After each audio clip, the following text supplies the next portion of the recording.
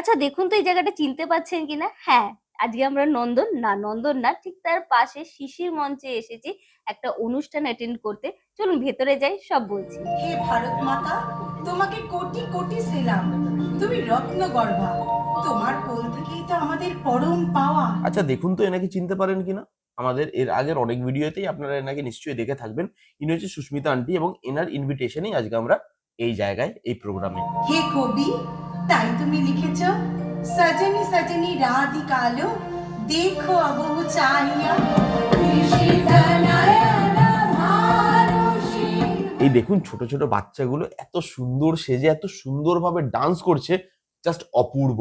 ঠিক সেরকমই অপূর্ব লাগছে, যেরকম আমাদের স্কুল প্রোগ্রামে হতো, পাড়ার প্রোগ্রামে হতো।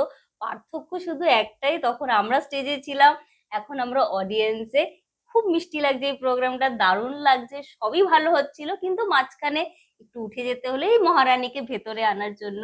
ঠিক আছে, মাঝে মাঝে একটু ব্রেক তো ভালোই। চলুন আবার প্রোগ্রাম শুরু করি। এই প্রথমবার শিশির মঞ্চের ভেতরে ঢোকা, খুব সুন্দর দেখতে। ছোট হলে কি হবে, বেশ কম্প্যাক্ট, সবাই খুব মন দিয়ে প্রোগ্রামটা এনজয় করছিলাম।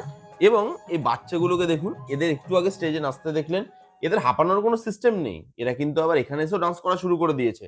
আর এখানে সাজসজ্জা থেকে শুরু করে উপস্থাপনা থেকে শুরু করে প্রত্যেকটা জিনিস খুব সুন্দর। আমি মন দিয়েই দেখার চেষ্টা করছিলাম, কিন্তু ডিস্টার্ব করছিল পাশের জন। তারপর এখানে এসেছিলেন কল্যাণ সেন বরাট। প্রোগ্রামটা এক কথায় খুব সুন্দর হয়েছে। তারপর আর কি, বাইরে বেরোলাম, বেরোতেই দেখি গাছ ভর্তি কাঁঠাল। আর গরমকালে কাঁঠাল কার কার পছন্দ প্লিজ কমেন্ট করে জানান। ব্যাস এবার বাড়ি যাওয়ার পালা, কিন্তু দাঁড়ান, আগে একটু হাসি ঠাট্টা করি, খাওয়া দাওয়া করি, তারপর তো বাড়ি যাব।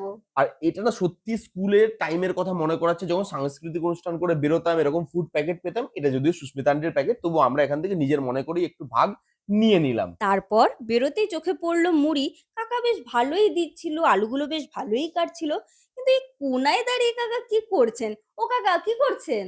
আরে কোনায় দাঁড়িয়ে কাকা স্পেশাল মশলা মাখছে, যেটার জন্য মুড়িটা টেস্টি হবে। অবভিয়াসলি তোকে বলবে না। এই দেখুন, আমাদেরকে মুড়িটা টেস্টও করালো, আর মুড়িটা সত্যি খেতে খুব ভালো হয়েছিল। মুড়ির পরে একটু চা না হলে দিনটা কিন্তু ভালোভাবে শেষ করা যাবে না। তাই জন্য চায়ের একটা করে কাপ হাতে নিয়ে আজকের মতো আপনাদের থেকে বিদায় চেয়ে নিলাম।